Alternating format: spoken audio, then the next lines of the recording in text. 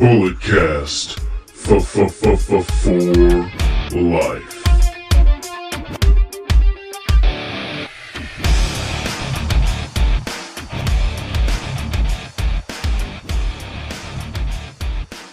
Ladies and gentlemen, I am in Gilroy at the District Theater for UGWA's Theater of Pain. My guest, Paul Ponte.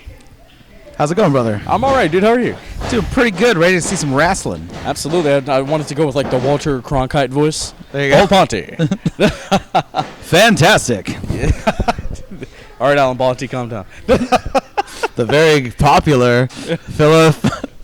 We're not gonna do it. Okay. Yeah, man. But so we first met at one of the Level Up shows last year. You know, when we're still in the pandemic, vaccines are being handed out, and UGG was it was one of the first to start running shows in the Bay again, and we developed a nice little friendship since then. Yeah, absolutely. So we're gonna get your whole backstory, man. You know, I only know about you what I see, what you post. So let's get into it. So how did you get involved with video production? So, in the early 2000s, in the long ago, my cousin and his friend Jesus Cruz, they were involved with Big Time Wrestling with Kirk White and with All Pro Wrestling. And they were like, hey, do you want to start doing some video, doing hard cam, that kind of thing? Okay. And, I did hard cam for the second King of the Indies tournament, then their last, at the time, King of the Indies tournament. We're talking like Bryan Danielson and Daniels. Where Bryan Danielson won the whole thing. Yeah. Then it caused the whole PWI split. And then I ended up doing some production with PWI as a result. Pro Wrestling Iron, yeah. Mike Modest, yeah. We're going to talk about Modest. Yeah, and, that's how I first got involved with the video production as far as wrestling goes. And then just kind of took, a long break. Wasn't really involved in it anymore. But I've always been into video editing. Always did, like, music video editing, stuff like that. Okay. Then I got into photography again, and then eventually started doing the Indy Handshake thing and doing interviews, doing documentaries, that stuff, yeah. Yep, Ref Gil making a run in. What's going on, brother? So, I mean, what made you get involved with video production and photography? Was that something you wanted to do as a kid, or? It's one of those things where I used to go on forums a long time ago. Forums in the early 2000s. 02, 01? And people would take clips of WCW and ECW and WWF at the time, and they would make music videos. And then I was like, I really like this, so I started doing the same thing. I went on LimeWire and Kazaa and downloaded a ton of little clips of moves, and then I would put it to music. Put video effects on it or whatever. Okay. That's the first time I got involved in doing it. And I was like, okay, cutting it, matching it to the beat of the music, that kind of thing. I found myself really enjoying doing that, and so I've always been kind of passionate about it since then. Okay, for sure. So, I mean, when exactly did you start getting involved with BTW? Like, what year was that? Oh shoot, had to be 2000, 2001. Oh wow, all right. So it was a long 20 time years ago. Yeah. Okay. Yeah, I was there when Sheik at the time, Sam was wrestling for Big Time Wrestling with a gimmick that not super racially sensitive gimmick, but not a lot of gimmicks for it at the time. And I always saw Kazarian show up. One of the regulars that came up from SoCal to wrestle there. So I was involved in there pretty early as far as that stuff went. And then same with All Pro Wrestling. Obviously right after Beyond the Mat film basically was when I was there. Okay. What were those early experiences like with BTW? And I know you were around BTW these past couple months, before Kirk passed and what not. So I guess what I want to say, what was it like to see what his company was back then to see the evolution of it now? It's so interesting now because now I feel like there's a lot more people who had their hands in it. Yeah. There's a lot more people helping him, whereas at the time it really seemed like it was Kirk's baby, and there was a few people who kind of did a few things here and there, but Kirk was the main guy.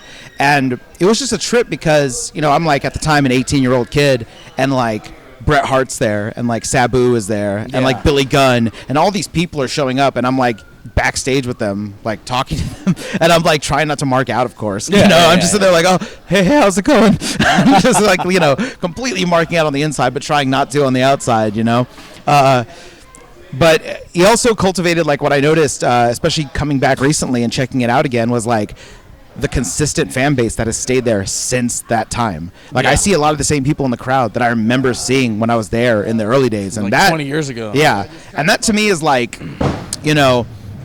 to have not only a consistent fan base, but for that many years, especially in the Bay Area where, it's the island, right? Yeah. It's hard to get wrestling fans here. Apparently it's not, as long as you put a product out that people want to see. Absolutely. I mean, Kirk would bring in big names like Billy Gunn and Kazarian. He would have homegrown talent like Davina Rose, who would go on to become Bailey and things like that. So let's talk about APW. I mean, they were running in the garage, the world famous garage. So, I mean, but APW's coming back this year, which I'm super excited about. Love it. What kind of changes have you seen? Because they've changed a lot. I mean, from running the garage to, Roland unfortunately passing away, Marcus Mack taking over and running the Cow Palace. What are your thoughts on the evolution of APW? I think APW became a lot more of an inclusive and open project. At the time, Roland, it's no secret, was very territorial. Very much wanted his hands in everyone's business. As far as if you were part of APW and you got something on the outside, he wanted a piece of it, and that's no secret. Mike Modest mentioned it on the documentary we did on him. It's just kind of the way he was. It's the old school wrestling mentality where if you came from my promotion, I have a hand in anything that you do.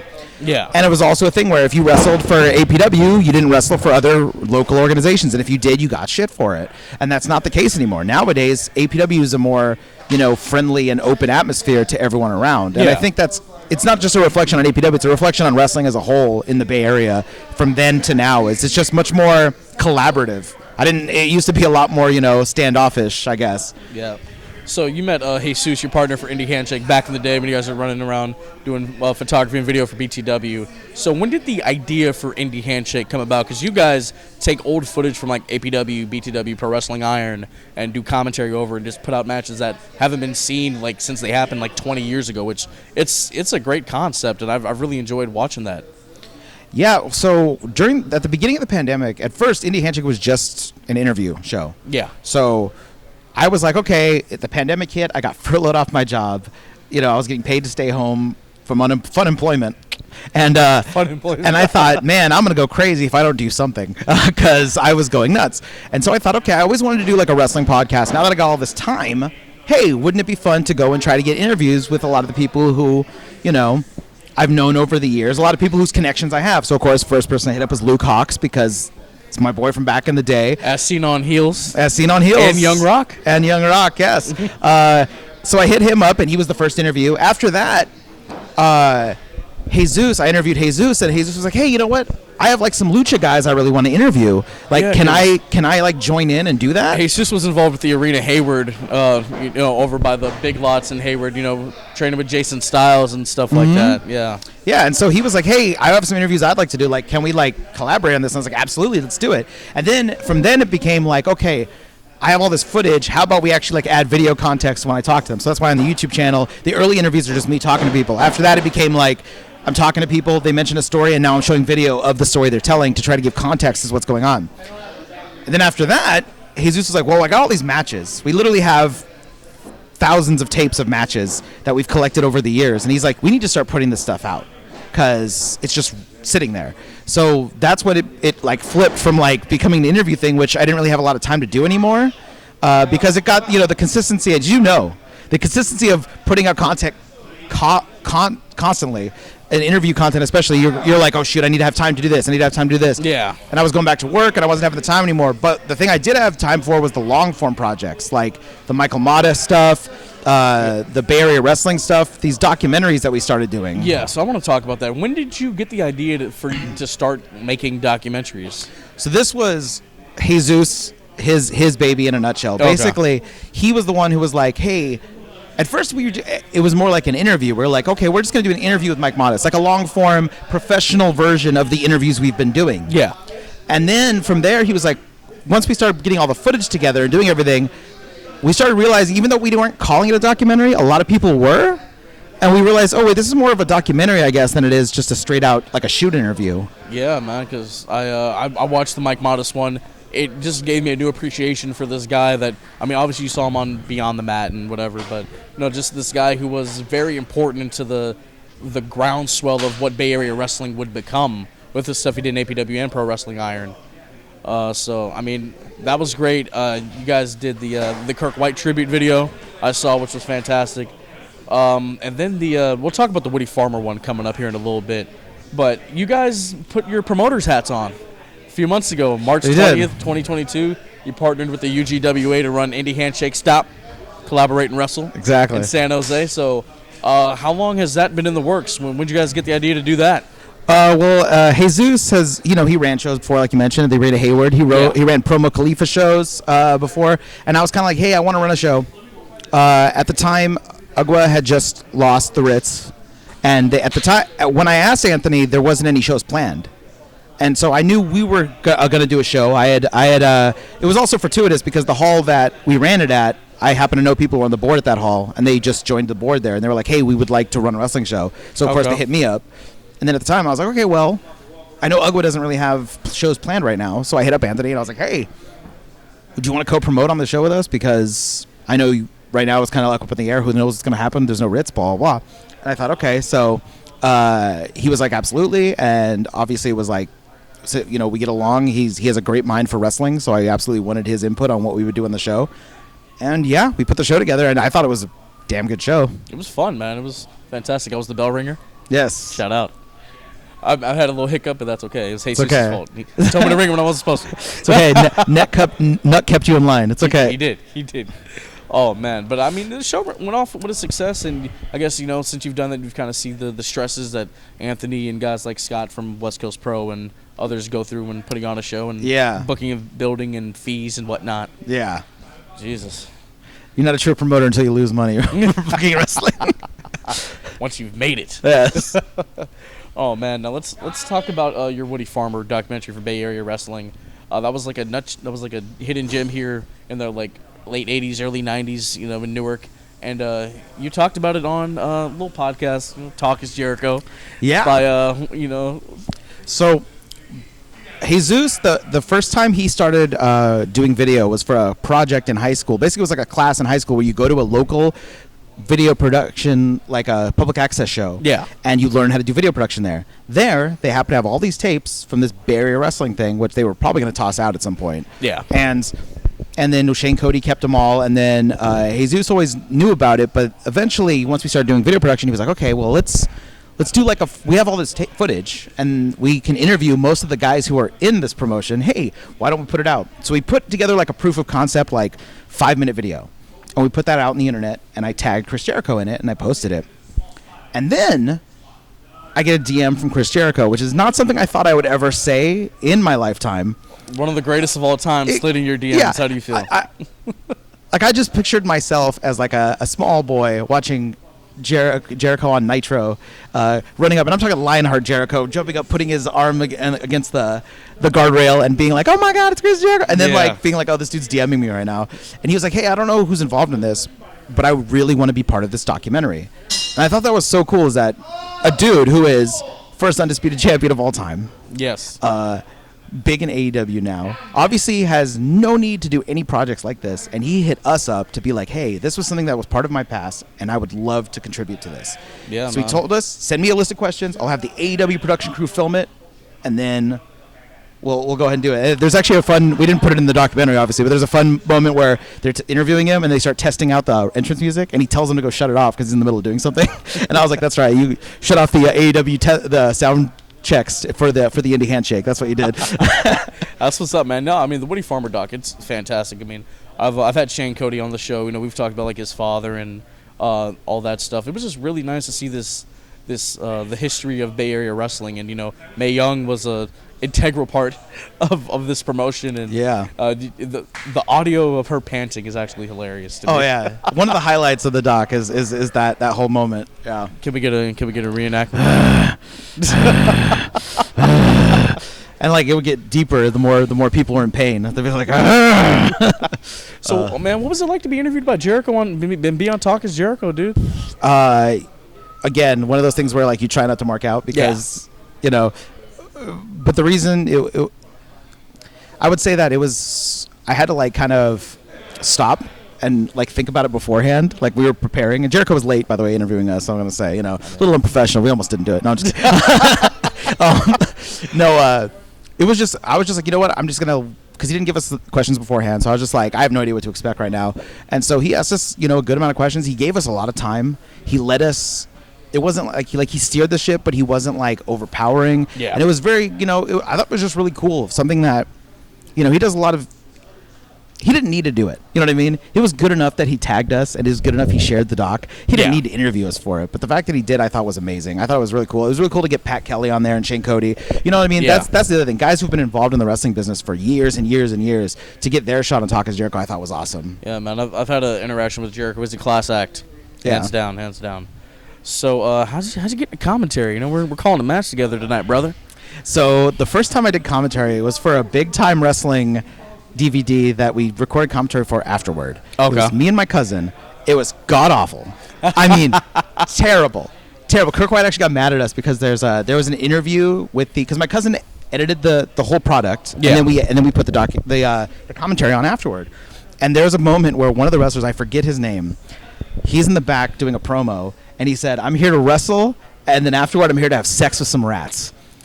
And we kept it in there because we thought it was funny. And so the whole time during,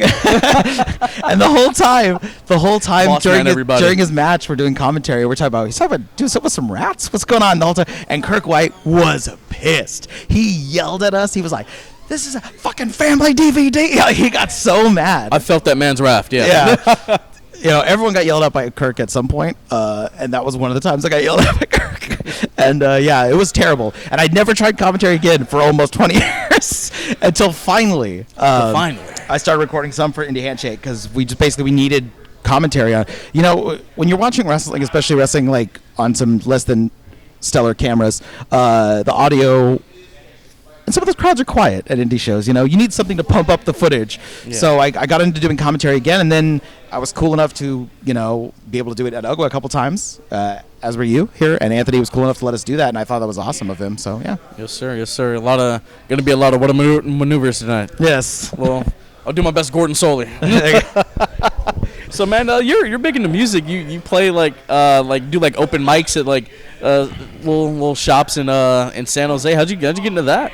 So I've always played guitar. I used to play rhythm guitar for a band, like screamo bands in the mid 2000s. Right. And then afterward, I realized that bands are super flaky and no one wants to practice. So I decided I'm gonna take it upon myself. If I'm the only one singing and playing, guess what? I can only hold myself accountable. It's a real one-man band. Yeah, exactly. So I started singing and playing, and started writing my own music. And yeah, I also took a stab at stand-up comedy at open mics for a while. Really? You know what's great about music? There's no silence in between. You just keep playing until you're done. Jokes, however, if you tell a joke and no one answers, that silence is deafening. Did you ever get the what?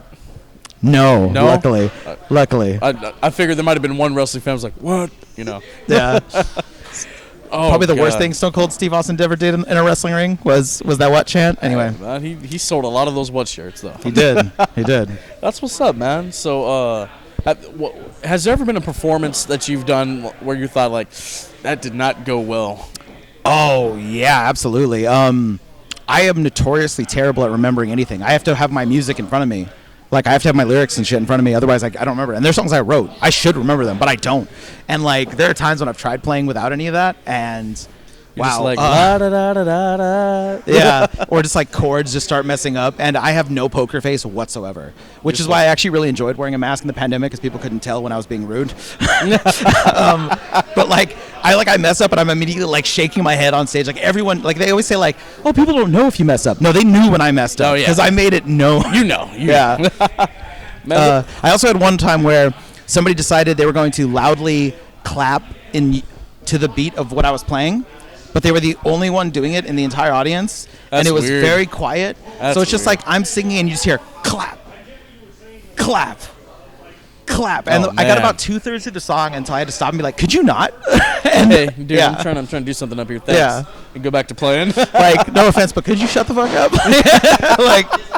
Please. Love it. All right, man. Well, this has been great. Now it's time for the rapid portion part of the interview. So, favorite wrestler of all time? Shawn Michaels, although I wish he wasn't. I knew I loved you. Shawn's great, man. What wish he wasn't? What are you I just mean about? afterward, finding out how much of a dick he was. It's oh man. He found God. He's okay now. Yeah, there you go. Favorite match of all time? Shawn Michaels Razor Ramon ladder match. Oh, 10 or 10, yeah. 10, yeah. I love that match. It's classic. It's timeless. R.I.P. to the bad guy. Yep. It still hurts. It still hurts. Hey yo. There you go. Favorite gimmick of all time? Mine's Razor Ramon. Oh, Razor Ramon's a good one. This is supposed to be rapid fire, and I'm losing I'm losing my shit. The Battle King. The heavyweight champion. Nah, brother. You're good, man. The heavyweight champion of the Underground Wrestling Alliance. There we go. Doing the run-in, brother. Yeah, sorry, guys. His gimmick's fire too, though. His gimmick is amazing. I like his gimmick. Yeah, I love the belt collector Ultimo Dragon. Okay. When he just showed up and he just had all those belts, I thought that was the most fire thing I've ever seen in my life. Sure, for sure. All right, favorite wrestling show you've ever been to? I was at the Royal Rumble where Mike Tyson was in the box, and Mike Tyson was in the box. It was like 98? Right? Yeah, he was, and he was in the box 2 rows up above me, so I got his autograph at San Jose Arena. That's what's up. That's the one where Shawn Michaels hurt his back in the casket match against Undertaker. Oh, yeah. But God. it was because I got to meet Mike Tyson, and he signed my ticket, and I can't find it. I wish I knew where it was, but Mike Tyson signed my ticket. You met the baddest dude on the planet. That's and I was a little kid, and I told him Holyfield sucks. And he was like, "Thank you," and I was like, "Yeah, there you go." Hey, if you ever knock somebody out at San Jose Airport, you protect him at all costs. Exactly. Favorite documentary you've ever made? Oh, well, we're only at 2 so far, so I'm gonna go with the Woody Farmer one. Okay, for sure. Although I really like the Titus one we did, the short form one about him, the match with him and his dad. I really enjoyed that. That was great too. I forgot about that. I want to do more of those, more like the short form ones. Absolutely, man. If I ever need a documentary made about myself, I'm coming to you guys. There you go. Favorite song to sing at karaoke? Okay, warm-up song is Mr. Brightside by the Killers, and once I've had a few drinks, it's Let's Get It On by Marvin Gaye. Oh. All right. Didn't expect the Marvin Gaye. You're invited to the cookout. You're invited to the cookout, brother. That's what's up. All right. Favorite artist or band? Oh, growing up, Aerosmith. Now Coheed and Cambria. You got to meet Aerosmith. How was that meeting Steven Tyler? What was that like? Steven Tyler complimented my hair, and he told me I was a good-looking son of a bitch, and hey, man, when I can die happy. When it's not in the ponytail, this man has the luscious locks. We're talking like prime Shawn Michaels locks. He literally grabbed my hair and was like, "You a good-looking son of a bitch, baby." And I was like, "Oh, man, this is perfect." Favorite Aerosmith song? Favorite Aerosmith song is Dream On. Oh, it's a classic. Thought you were about to say "Dude Looks Like a Lady," but all right. Cruising to the bar on the shore. Her picture graced the groom on the door. Yes. It was long lost, love at first fight. Maybe you're wrong, but you know it's all right. All right. And lastly, favorite place you've traveled to? Because you've done a lot of traveling. Ooh, Dublin, Ireland. Dublin, Ireland. Oh, testing. Looks like we're about to start getting things started here.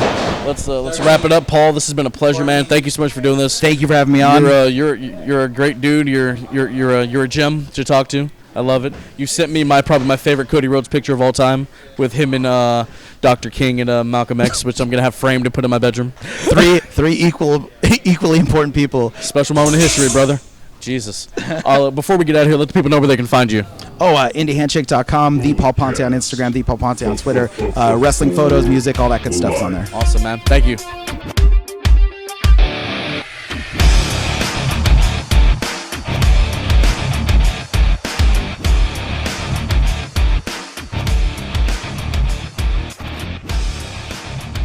This has been the Bulletcast. Thank you for listening.